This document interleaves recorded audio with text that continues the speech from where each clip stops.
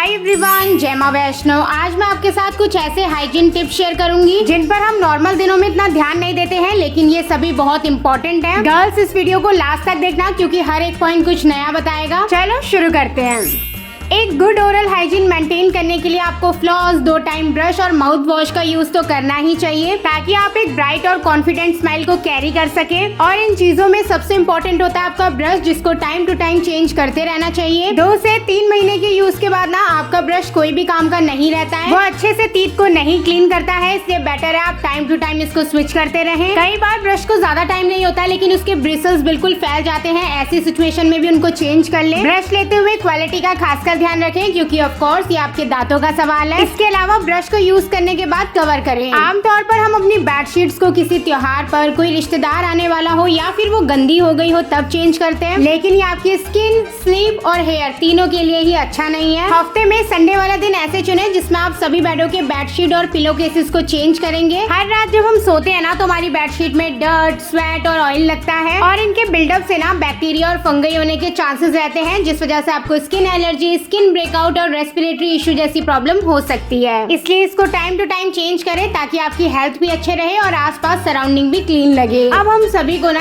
Accessory बहुत पसंद होती है और कुछ लोगों को आदत होती है अपनी सारी फिंगर्स में रिंग्स पहनने की। मेरे हाथों में भी आप अक्सर एक रिंग देखा करते थे, लेकिन कुछ टाइम से मैंने उसको उतार दिया है। उसका कारण ये है कि हम हाथों से कोई भी काम करते हैं ना तो उसका डर्ट हमारी रिंग में इकट्ठा होता रहता है, जो हाइजीन पर्पज से बिल्कुल भी सही नहीं है। इसीलिए मैंने उसको रिमूव कर दिया है। अगर आप लोगों ने रिंग फैशन पर्पज से पहनी है तो सिर्फ तभी पहने जब आप कहीं जा रहे हो, बाकी टाइम उसको उतार दे। और अगर पहनने का कोई और कारण है तो आप उसको कुछ कामों के समय उतार दे, जैसे कि आटा गूंथने के टाइम पर या फिर बर्तन धोने के टाइम पर। इससे उसमें डर्ट इकट्ठा नहीं होगा और आप इजीली इनको वेयर कर पाएंगे। एक और कारण ये है कि हमारी रिंग बहुत टाइट होती है, जिस वजह से हमारी स्किन और उस मेटल के बीच में ज्यादा स्पेस नहीं रहता, जिस वजह से वहाँ पे स्वेट, स्किन सेल और सोप रेसिड्यू रह जाता है, जो फिर बैक्टीरिया के बिल्डअप का कारण बनता है। इससे आपको हेल्थ इश्यूज भी हो सकते हैं। इससे अपनी रिंग्स को रिमूव करके टाइम टू टाइम क्लीन करते रहें।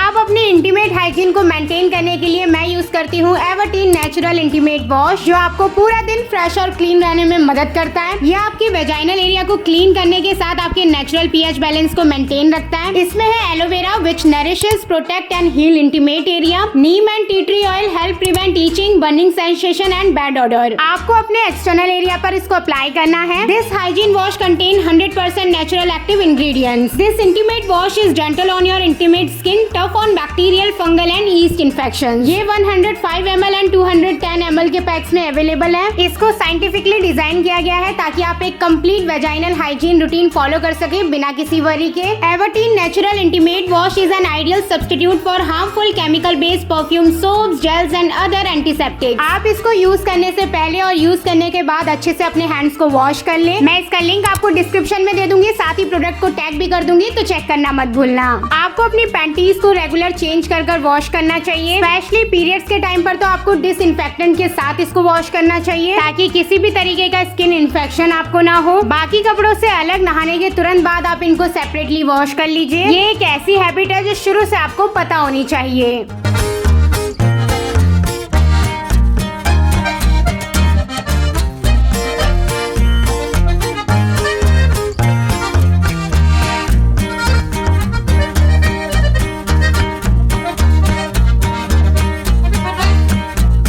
अपनी बॉडी को डीपली नरिश, हेल्दी और ग्रोइंग रखने के लिए इसको मॉइस्चराइज करना जरूरी है। और अगर आप ये डैम्प स्किन पर करेंगे तो आपको फायदा ज्यादा मिलेगा। प्रोडक्ट कम यूज होगा और स्किन में भी अच्छे से पेनिट्रेट होगा। इसलिए आप जैसे नहाने जाए ना, अपना बॉडी लोशन साथ ले जाएं और नहाने के तुरंत बाद वहीं पर अप्लाई कर लें। आपकी स्किन विंड, सन और ड्राई एयर की कांटेक्ट में आने की वजह से नेचुरली अपने मॉइस्चर को लूज कर देती है। ऐसे में मॉइस्चराइजर हेल्प करते हैं हाइड्रेशन को लॉक करने में, जिस वजह से आपको ड्राइनेस और फ्लेकिंग नहीं होती है।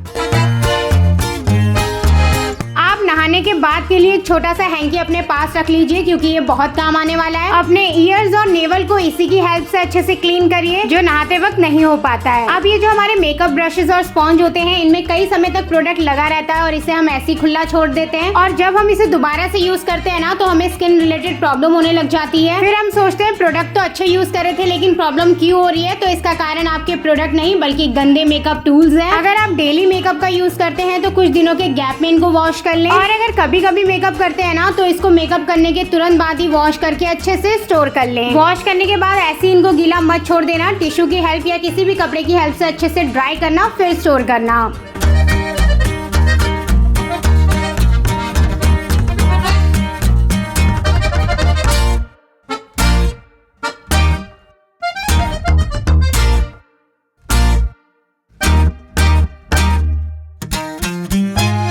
आजकल गर्मी इतनी ज्यादा है ना कि बिना वॉश करे अगर आप रेगुलर अपने सॉक्स को पहनेंगे तो उसमें से स्मेल आने लग जाएगी। और जब आप अपने सॉक्स और शूज उतारेंगे तो देखेंगे आपके फिंगर्स भी अजीब सी हो रही है, क्योंकि टाइट होने की वजह से ना उसमें एयर का पास नहीं होता है और स्वेट लगातार आता है। इसलिए अपने सॉक्स को डेली चेंज करें और वॉश करें। अब एज अ गर्ल ये बहुत ही अच्छी हैबिट है कि आप अपने पीरियड्स को ट्रैक करके रखें, ताकि किसी भी स्पेशल इवेंट से पहले आपको पता रहे कि आपके पीरियड्स आने वाले हैं या नहीं। इनको ट्रैक करने के लिए आप अपने फोन या फिर डायरी का यूज कर सकते हैं। इससे आपको ये भी अंदाजा लगता रहेगा कि आपके पीरियड्स इरेगुलर तो नहीं हो रहे हैं। इसके अलावा पीरियड्स आने से पहले आप अपनी चीजों को तैयार रख पाएंगे। अगर आप वर्कआउट घर पर करते हैं या फिर जिम जाते हैं तो तुरंत एक्सरसाइज करने के बाद अपने स्वेटी क्लोथ्स को निकाल लें और तुरंत एक ठंडे पानी से शावर ले लें, ताकि आपकी स्किन में किसी भी तरीके के ब्रेकआउट्स ना हो। और ऐसा करने के बाद आप फ्रेश भी महसूस करेंगे। अब ये जो लास्ट चीज मैं आपको बताने वाली हूँ ना, इसमें मैं भी थोड़ी सी कंफ्यूज हूँ, क्योंकि मैंने आज ये फर्स्ट टाइम ट्राई किया है। आपको पता ही है कि रात को सोते वक्त हमारे बालों में फ्रिक्शन होता है, जिस वजह से वो फ्रीजी और दो मुहे हो जाते हैं। अब इसके लिए या तो आप सैटिन का पिलो केस यूज करिए या फिर सैटिन का हेयर कवर ले लीजिए। इसके अलावा भी थोड़े दिन पहले मैंने एक वीडियो में देखा था कि सॉक्स से भी आप इसको कर सकते हैं। अब वो वीडियो मुझसे मिस हो गई है, इससे मैं एग्जैक्टली नहीं कर पा रही थी कि बालों को कैसे कवर करना है। पहले मैंने नॉर्मली करने की सोची, लेकिन मुझसे नहीं हुआ। इसके बाद मैंने अपने बालों का जूड़ा बना लिया और उसके बाहर से मैंने सॉक्स लगा लिया। अब ये वाला है कितना फायदा कर रहा है या नहीं, ये तो कुछ दिनों के यूज के बाद ही पता लगेगा। अगर आप लोग ये हैक ट्राई करें तो मुझे जरूर बताना आपको फायदा मिला या नहीं। चलो अब यहीं पर ही वीडियो को एंड करते हैं। मैं मिलती हूँ आप सबसे बहुत जल्द नेक्स्ट वीडियो में। ओके,